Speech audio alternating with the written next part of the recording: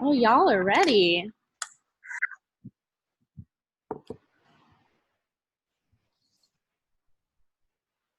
Got my nice wind-blown appearance.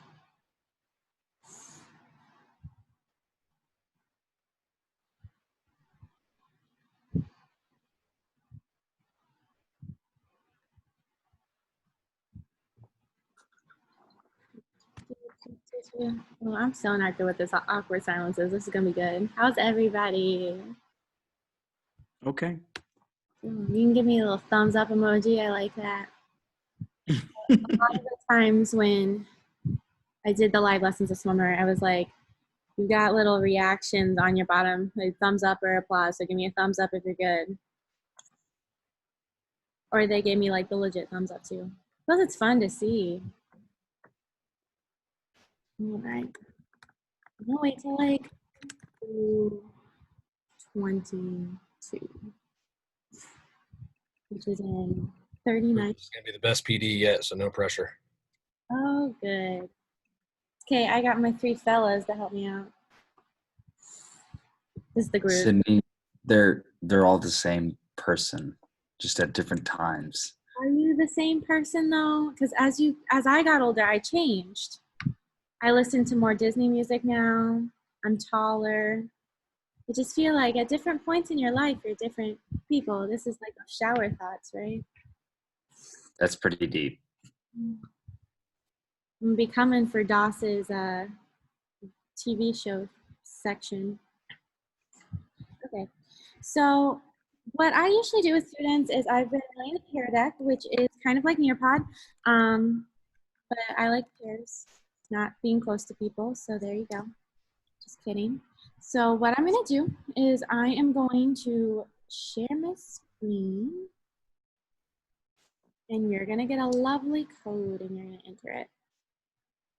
And just so you can get a little background of what this looks like, and I can help more on this later. So you click present, and then you get that option of student pace or instructor pace. For today, we're going to do instructor pace. I'll talk about student pace at the end.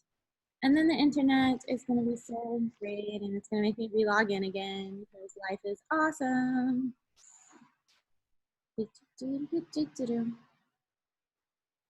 Okay, so we have warm turnips. Notice misty olives. And you can get to this by going to joinpd.com. Now, students can do this on their phone. They can do it on their Chromebooks. You can open another tab and do it. You'll notice if you open another tab, my lovely face will still be in the corner, so you still get to see me. I know some of you worry about that. And I can see approximately how many people are in the professional development right now. So I see one student's got in there already. I'm gonna wait till I see, looks like 12, 24. Lord have mercy. Do we have to hit start class, or do you do that? No, I do that. You're not hitting anything. You're just going to type in that code on joinpd.com. Then you're going to wait for me to start class. And how do I do joinpd.com? So you're just going to type in that URL, joinpd.com. There's nowhere I'm not able to type anything. So you're going to go to your Safari or your Google Chrome, and you're going to type that in the URL bar. So like open, oh gosh. So open a new tab and then type it in that URL bar and it'll pop right up. And my warm turnips, notice misty olives. I don't think turnips usually notice things because they're inanimate objects, but maybe turnips in like a Pooh Bear like type video. I feel like vegetables talking Pooh Bear. All right, a couple more seconds to get in.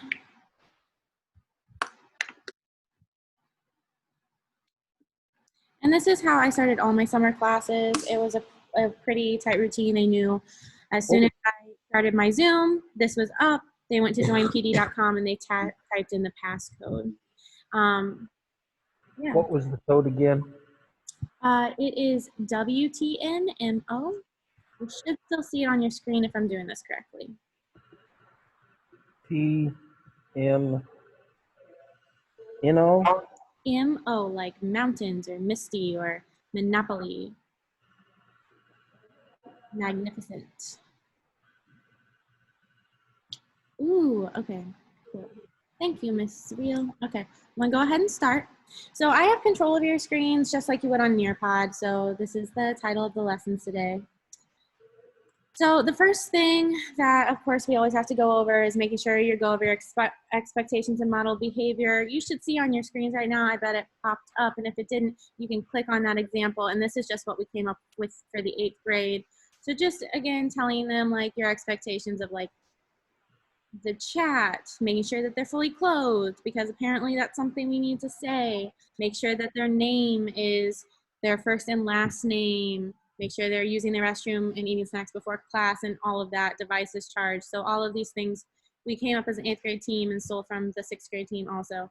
So those are very, very important before we even start presenting, because part of the reason the live lessons go smoothly is that we all follow these and that there are consequences when they don't. And I like to remind them that even though it's not in person, like I can still call your parents. I still can email your parents, and you're being recorded this entire time. So anything you say and do, I can just roll back for your parents or any adults, because this is gonna be recording the entire time. We're gonna keep going. So we're gonna start with a little interactive activity. So this is kind of how I do a bell ringer. So on your screens now, you should be able to write on them or type on them. You should have a bunch of options. So I want you to draw or type 2 things you already know about today's topic. So go ahead and do that. And while you're doing that, I'm actually able to show responses. It does not have student names on them. So I can go through and see what you guys are doing, see what we're sharing. Can students take advantage of this? Obviously, yeah, they can if you want to show responses, but I can also, if I notice that someone is writing something inappropriate and I have the share up, there's a lock screen button, and then you will not be able to write anymore. I'll go ahead and unlock that so you can finish. So thank you very much. So that's another thing that you have to remember to turn off when you are doing a Zoom lesson. So students right now are allowed to annotate my screen, which, as you can see, can cause an issue. So make sure that if you are worried about that, you can turn that off, and students are not allowed to do that anymore. And of course, I'm drawing a blank on how to do that. I cleared off everybody, but I'm drawing a blank on how to do that. Okay, I will remember how to do that in a second, and we can turn that off. I will say though, I did, after the norms were set with my summer school group, I did leave the annotate on, and I would call on students to share and like write or solve a problem on the thing, and I didn't really have an issue with that. Because you can also, like, let's say Miss Real was drawing on everything, I can turn it off specifically for her. Cool. So we're gonna keep going. The first way that you can record is photo booth. So you can go to this by clicking on the magnifying little thing in the top right corner. And that's going to allow you to just record your face. You can't do anything else, just your face. So this would be if you're doing like a short message, it'll automatically save to your pictures folder, and we're gonna go up through uploading after the recording. So if I can get this correctly, do my desktop here.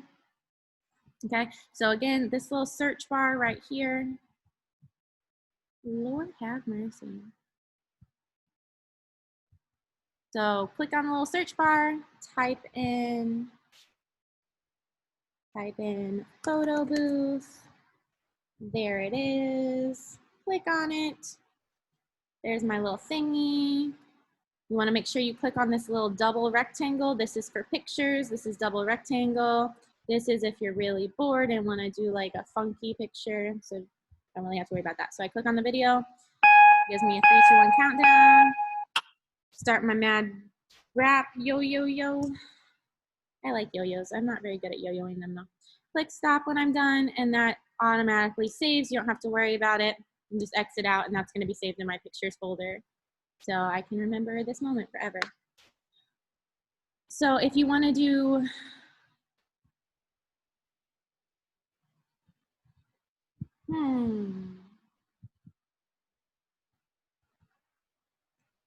where's the thing?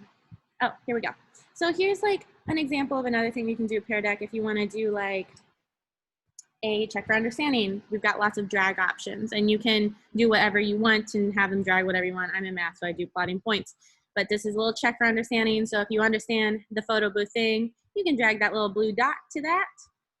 If you're confused, you can do that. Stop, I need help, you can do that. And I can see all of you guys move your little dots. So if I want to do a little quick check.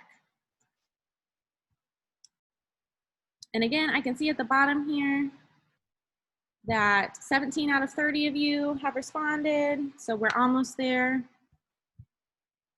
And again, you're just dragging that blue dot, so you click on it and pull it. Right now on show responses, it doesn't have anyone's name. However, at the end of the presentation, when I end the session, I'll be able to see everybody's name and exactly what they responded. So if I see a stop, I need help, and it's just like one kid, I can see at the end who that was and follow up with them. Right now, most of us seem like we keep going, we understand. So I'm gonna go ahead and move on, and then I'll check on these two later. Okay, a couple more seconds. Trying to get to 25. I play a lot of the doo-doo-doo song by, was like doo-doo-doo-doo, doo-doo-doo. Sydney, we don't need to hit enter or anything, correct? Correct. So just by moving it and sticking it somewhere, you're good to go. This works well on smartphones. It works well on everything. Good to go. Awesome. I hit my magic 25. If you didn't finish that, no worries. You can always finish it in the end or go back. So Zoom screen sharing. Now this is the thing that I like to do. Obviously, I'm recording right now, right? But if I want to record something for my students to see later, you just do a new meeting and don't have anyone log on. So you launch a new meeting, notice the pause and stop buttons at the bottom of your screen. When you launch a new meeting, you will see them. Just do your thing, share your screen. So like if I'm doing a PowerPoint or whatever, I'm gonna like write on my screen while I'm talking so kids get notes.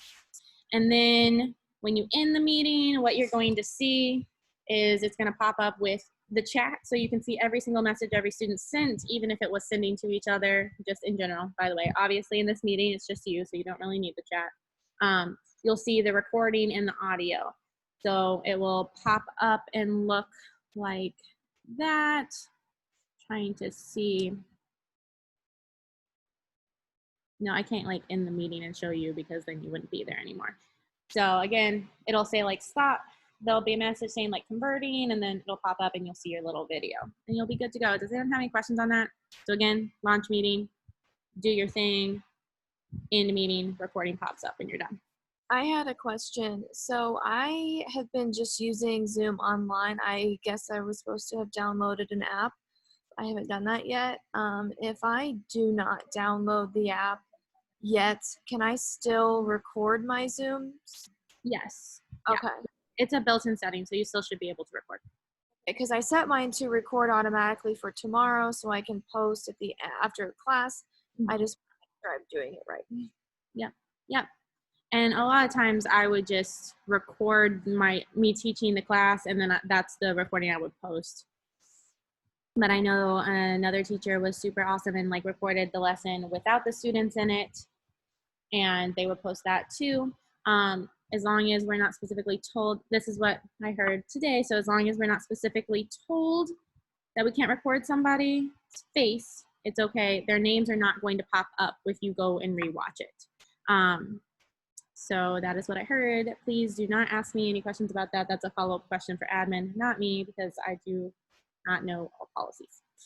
All right, so here is another interactive slide. I tried to do an interactive slide every other couple slides to help make sure the students were engaged and they weren't like playing Minecraft on a separate screen. I will tell you to be aware of the fact that students now think it's really fun to make their background pictures of them looking like they're working. So if you notice that a couple students aren't blinking for a while, that may be why. I found that out in my second job, actually. Like, it will just be a picture of them just like looking like they're working, and then they'll just duck out and that'll be their background. So that is a thing that's becoming popular. This is a writing response. If I click on this, it'll pop up some of the things that you've seen, and I can see as people are typing. Again, you got to have a good expectation set with them before you do this, because they can obviously take advantage of it. But it's a good sharing way to do. Yep. So, hi mom, how are you? That's a good reason why you do not want to do this unless you have a good expectation set and they know that they can't do that. So cool. I'll wait for a couple of them to go through. There's a new prompt button also. So if you're having this is Nearpod again, and I'll send all of that out by the end. But if I'm going through my lesson, I'm feeling like I need to do a check for understanding real quick, you click your new prompt button. Does everybody see this screen with the new prompts on it? Okay. Well, and it's got like a stress check and things that will just automatically insert in, and that'll pop up on your screen. So if you want to do a quick check your understanding where they answer, that is an option here. So yeah. All right. I don't think we really need a stress check. I feel like we're all probably stressed, but it's cool because we're gonna do this great. All right, so when we're sharing our recording, you've got two options. You've got YouTube or Google Drive. So I'm gonna go over YouTube first. You all have a YouTube account through your Washington Township single sign-on. So if you go to YouTube, it should automatically have you logged in. Oh, so this one's my regular Gmail account. So I'm gonna be like, nope, not gonna post from that because I don't wanna do that. So I click switch accounts. And there's my S. Peacock account that the township has given me. And now I am on my account. I'm gonna click the plus button with the little video camera on it. You have two options. You can upload video or go live. Go live is another way that you can do live lessons with your students. So that's an option as well. So upload video. Then it's gonna take me to this screen. I'm gonna upload this lovely video of me skydiving, because why not? So I dragged that from my desktop onto my screen. It will automatically title it whatever the file's titled, so you can change that. Description of the video, I'm just gonna go ahead and copy it. I have a playlist for my classes to help so they can go back through. So on my channel, I have you could do period 1, you could do pre-algebra, geometry, whatever your classes are. I would make a playlist for each class if you're choosing to do YouTube. That way kids can get on pretty easily. Click the yes, it's made for kids. That's important. You don't want them having awkward advertisements. Then you click next. And you ignore all of that because we're not fancy. If you want to be fancy, you go. And then you'll get this. I always do public or unlisted. Unlisted means if they look it up on YouTube, it won't pop up. Public means anyone can look it up on YouTube. You'll get a link to give the students either way, but make sure that if you do unlisted, you're not having them go to YouTube and look for it, because I won't find it. I always do public just to make it easier. So public, it's already giving me the video link here, so I can copy that and put it wherever I want. You can embed it into Canvas. It's just like any YouTube video out there. So that's the YouTube. Sydney, question. Yes. So just so that, number one, can you do that again? Because you're talking super fast for somebody who has not done any of this. Sorry, I'm trying not to go over time. Or if it's recorded, that's fine. I can watch it later. 2, did you say to put it as public when we're having kids on the in the video? That is a good clarifying question. So I would do unlisted if there's kids in the video. If you're recording it on your own, like just my face, nobody else, then you can do it public. Got it. Thank you. So cool beans. And then I can run through this. I have the other videos I can upload. So just one more time. I'm gonna exit out of that. So I'm going to click this button. I'm getting back to YouTube. Okay. So I'm on YouTube. I've made sure I've signed in with my school email account. I got my switch account buttons if I need to switch to my school email account. I hit my plus camera button. And again, I have all of this on your slide too. So you're clicking that plus camera button. Upload video. You're going to drag whatever video that you're going to upload.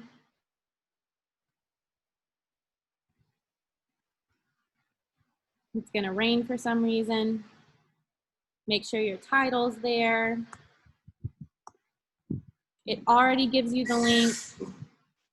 I'm going to make sure that I click yes, it's made for kids. Yes, it's made for kids. When we click next, we're going to ignore all these special things. And then again, unlisted if it has children's in it. So if you're posting a video where you've taught the class and there's people in it, unlist. Public if it's just you. And then you click the publish button and you are done. It's processing. And it'll be on this screen for you. You can also access it if you go to your channel. In your channel, we'll have everything you've done here. And again, if you have any follow-up questions or you're trying to do this and you're confused, you can always ask me about it. Sydney, Yes. what screen are you on? Because we can't figure out where you're at. Like all we see is just the boxes, like the people's faces. All you see are people's faces? Mm-hmm. That's it? I can see the screen. I can see the presentation where she's sharing her screen on the left and then the face is on the right. Are you on YouTube right now? Well, I'm back on the PowerPoint.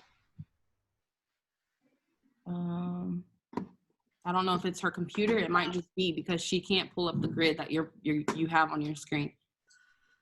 Okay. I will follow up with you at the end of this, okay? If everybody else is good. Can I get thumbs up if everybody else is good? Okay. I got one. I have no idea. I got two. Oh, I got some real thumbs too. Awesome. All right. The next type is Google Drive. So you're going to log into your single sign-on. Click the new button. Click the create a folder. Put the video you want in it. Control click and get your shareable link. I'm going to open a new tab here. I'm going to go to my folder. See, typically I'm not leaving my slideshow when I do Pear Deck. The only reason I'm leaving is because I'm showing you how to do this technology things. By the way, when I use Pear Deck, everything's embedded in it, typically, but main work. So, new folder, I'm gonna title it Pre-Algebra 2021. Clicking on it. I'm gonna go over and I'm gonna get my video from my desktop and drag it in there. It's gonna take less than a minute to upload because it's a short video. So we're waiting for that to upload. When I practiced doing this, it was way quicker because I wasn't casting Zoom. Anybody hook me up with the Price is Right song? You don't want me to sing, but I do have a question.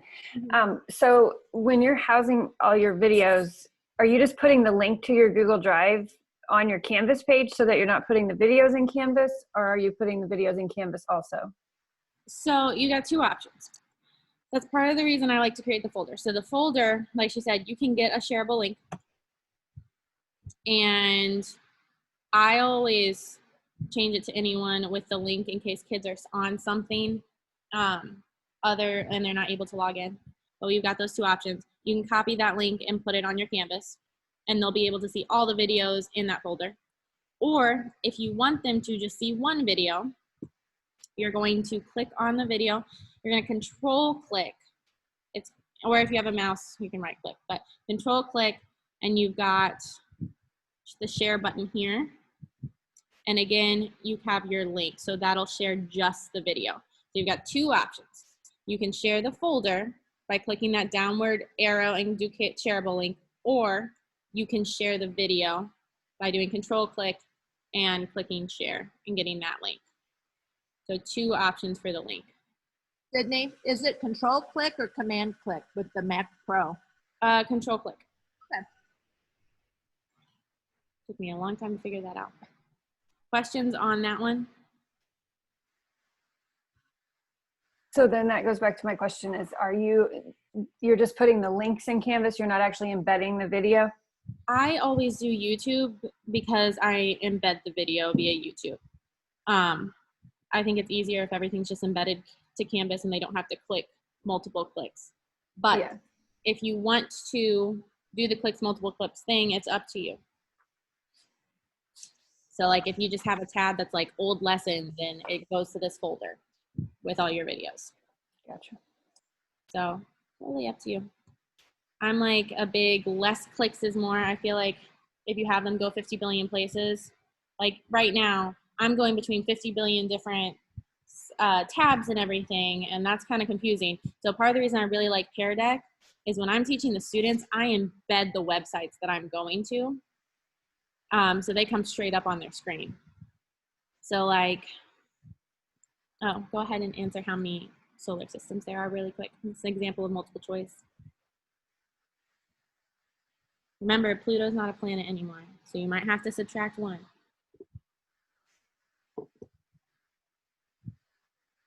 And then see responses. Oh, all right, we're kind of split a little bit. People are changing their answers now.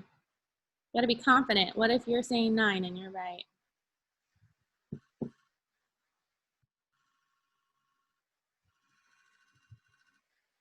Okay, you are right. It is 8. There are 8 solar systems. Okay.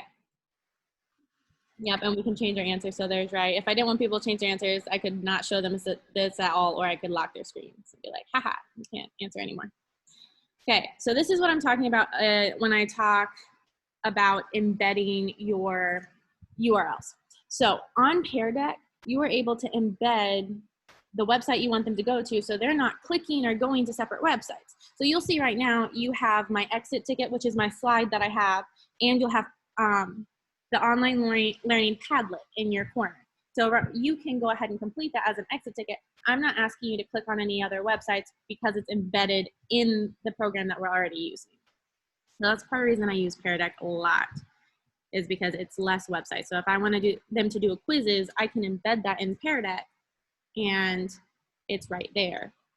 And it seems like it's difficult to do, but if there's a little website button, you just type the website in. And I figured it would be awesome if we had an online learning resource and tips Padlet, because a lot of you have amazing tips that you've used. So if you have any of those, feel free to put them in the Padlet and I'll share that out. I know a lot of you were talking about Screencastify and everything like that. So while you were doing that, I wanted to show you really quick what it looked like after I closed my after I closed and ended my session. So this is an example of kids that I had this summer. So I was presenting this, and then at the end, whenever I had an interactive slide, it would show me at the end, like, I know that this kid did this one and this kid did this one, so I can evaluate that. So again, I've got this one, and I can see the ones that they've answered and who responded and who didn't respond. So it gives me all that information. So it's kind of like more it gives me a lot of information while I'm working with them. You can also do student pace. And for the student pace, I just inserted the video of me teaching on the Google slide, and then they can click on it and watch the video and then move on to the next slide where they can put in their own responses. So these are some of the kids who did it in the student pace. So you have like 2 options there.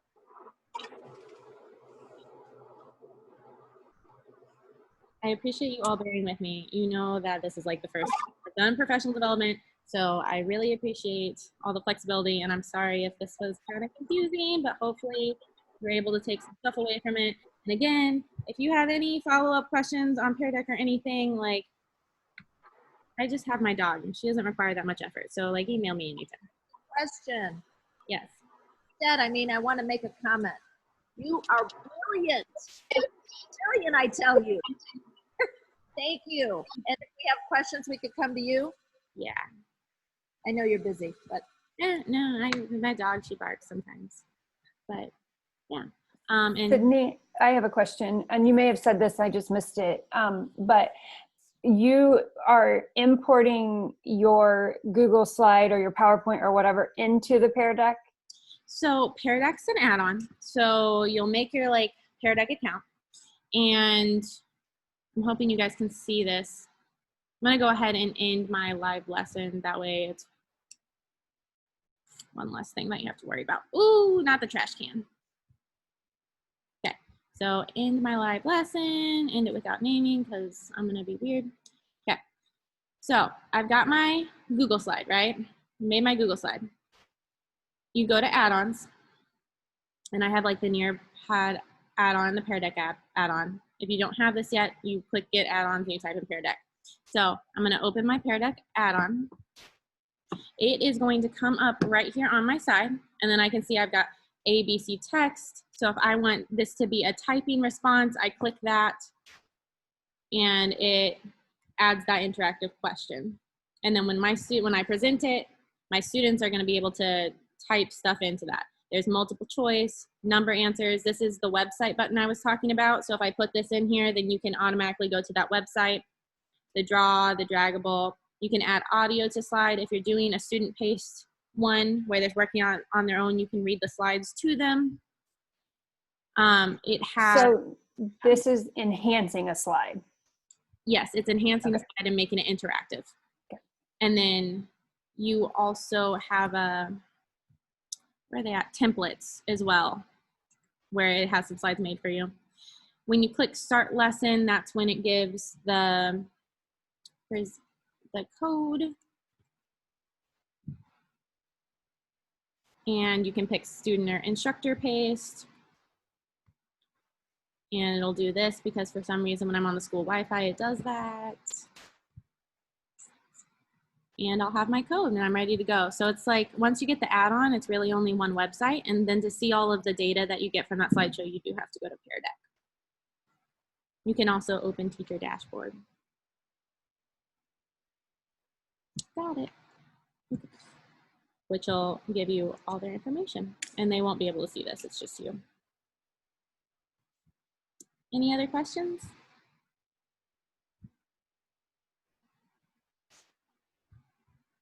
Cool beans. Well, again, I'm actually Sydney Peacock, not Sydney Hicks. I just can't figure out how to fix this. So it's Peacock if you want to email me or anything. Okay, bye guys.